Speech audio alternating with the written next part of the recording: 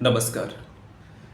बिहार इन दिनों चर्चा का विषय बना है। उसकी बड़ी वजह ये है कि बिहार में इस साल विधानसभा के चुनाव होने जा रहे हैं। भारतीय राजनीति में यदि हम बात करें और बिहार को सम्मिलित ना करें तो निश्चित रूप से हम राजनीतिक चर्चा के दायरे को समझने में अपनी असमर्थता जाहिर कर रहे होंगे।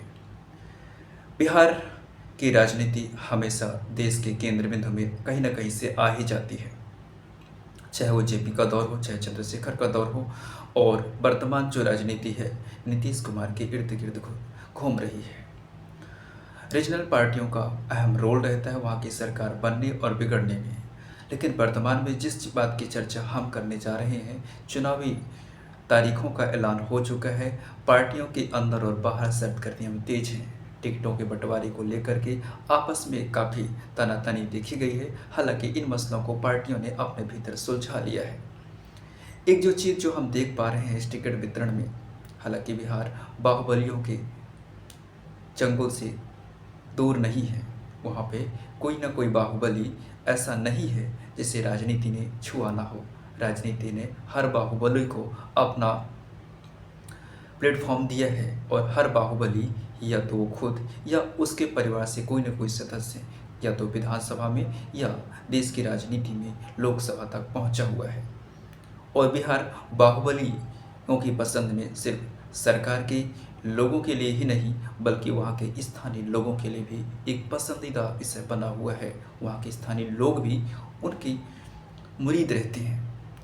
इस राजनीति में एक चीज़ जो हमें अलग से देखने को मिल रही है वह यह है कि राजनीतिक पार्टियां जो टिकटों का बंटवारा कर रही हैं वह बाहुबलियों को तो टिकट दे रही हैं, साथ ही साथ लोकल कलाकारों का, भोजपुरी इंडस्ट्री के कई फिल्म स्टार और कई लोक गायकों को भी इस बार मैदान में उतार रहे हैं। उसकी वजह उनकी अपनी अपनी हो सकती है, लेकिन राजनीति से सधे हुए लोगों को इस प्रकार से नज़रअंदाज कर देना ये हमें सही नहीं लगता है।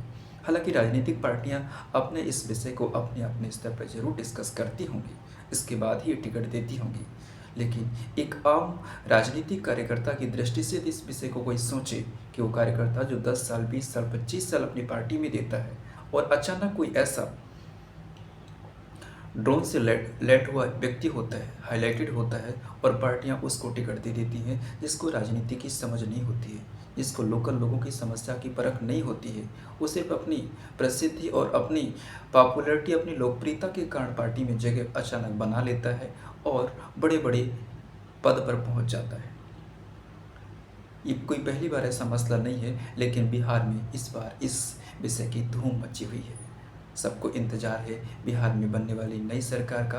हालांकि जो लोकल गवर्नमेंट है वो सुशासन के लिए जानी जा रही है, जो कि एनडीए समर्थित है, लेकिन उसके आलोचक भी बिहार की कई बड़ी बड़ी पॉलिटिक्स भी इस विषय पे बात करती हैं, तो सरकार की कई विषयों पे आलोचना करते हैं। हालांकि जंगल राज से वर्तमान विकास की धारा में लाने में वहाँ के मौजूदा सीएम नीतीश कुमार का अहम रोल है, जिसे जनता भुला नहीं सकती है। इस अंक में बस इतना ही। नमस्कार।